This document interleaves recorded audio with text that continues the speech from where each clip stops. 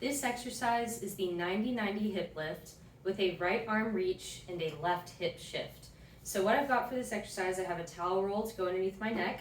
I have a ball to go between my knees. You can also use another towel between your knees or a foam roller between your knees. And I also have an extra foam roller to go underneath my left heel.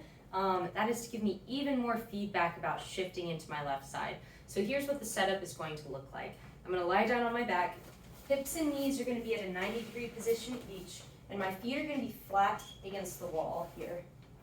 So towel, rolled up and underneath my neck,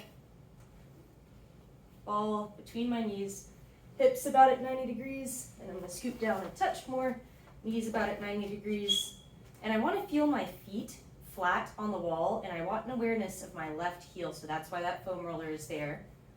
From here, the first thing that you're going to make sure that you're tuned into is your breathing. The way that you're going to breathe is in through your nose and out through your mouth. And you're going to breathe out through your mouth and get all of your air out. Absolutely empty that tank. So you're going to breathe in through your nose and out through your mouth.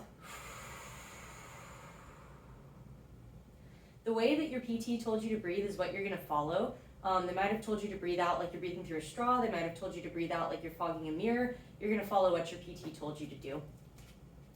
So what's going to happen is that we're going to get the pelvis going next. So you're going to pull down through your heels, lift your tailbone just barely off the mat. A lot of times folks launch their hips way too high. Tailbone is just barely peeled off the mat.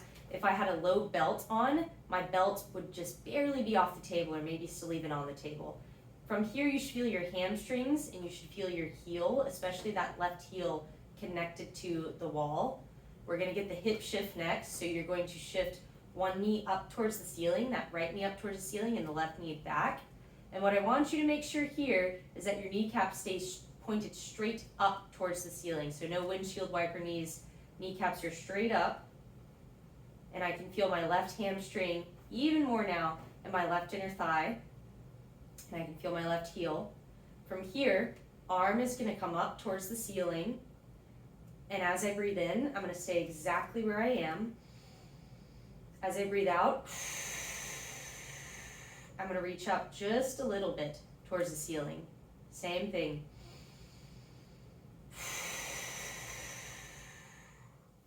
And you should feel your left abs, your left outside abs way over here kicking on. On your next breath up, I want you to imagine you're a bus driver and you're slightly turning your steering wheel to the left to turn your bus. So as you breathe in, nothing happens. As you breathe out, and you should feel those left abs kick on even more. When you feel those left abs kick on, hold on to them through your next inhale. So during your inhale, hold on to those abs. You should feel your right chest wall expanding. Breath out.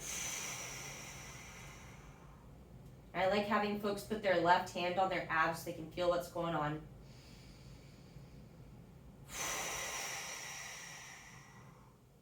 The whole time, you're going to be keeping extra tension out of your neck. You're focusing on your heel, your hamstring, and your abs. You're going to go for 5 rounds of 5 breaths.